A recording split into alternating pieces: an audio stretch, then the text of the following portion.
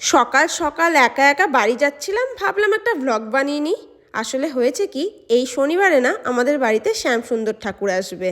খুব মজা হবে, তোমাদের সকলের সাথে শেয়ার করব। তাই আমি একা যাচ্ছি না, এই দেখো আমার সাথে গপুও যাচ্ছে। এই যে আমার ট্রেন এসে গেল, এবার ট্রেনে উঠে পড়বো।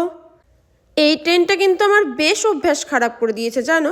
আরে 5 ঘন্টার জার্নি যদি 3.25 ঘন্টার মধ্যে কমপ্লিট হয়ে যায়, তাহলে অভ্যাস খারাপ হবে না বলো? বরের সাথে ভিডিও কলে গল্প করতে করতে হুশ করে পৌঁছে গেলাম আমার বাড়ি, মানে রামপুরহাট স্টেশন। হাঁটতে হাঁটতে ভাবলাম একটু সিনেমাটিক শট নেওয়া যাক। আরে আর বলো না, পেছনের যে পুলিশগুলো দেখছো না, আমার কাণ্ড দেখে সে কি হাসি তাদের। ব্যাস টোটো করে বাড়ি চলে এলাম। আজকে না শীতলা ষষ্ঠী, তাই মা পুজো করে ব্রত কথা পড়ছিল আর আমি শুনছিলাম। পরের বছরে খুব ঘটা করে মা ষষ্ঠীর পুজো দিলে এমন করে। উফ, আজকের দিনের ফেভারিট খাবার কলাই সিদ্ধ মুড়ি, কী যে ভালো লাগে আমার এই খাবারটা। এটা খেয়ে একটা দেদার ঘুম দিয়ে দিয়েছিলাম জানো। ঘুম থেকে উঠে সুজি খেলাম, তারপরে মা বাবার সাথে গল্প করতে করতে একটু টিভি দেখে নিলাম। তারপরে আমি আমার কাজে বসে গেলাম, মানে এডিটিং করতে বসে পড়লাম। এরপর ফুলকো ফুলকো লুচি, আলু ভাজা আর ক্ষীর চমচম দিয়ে ডিনারটা সেরে ফেললাম।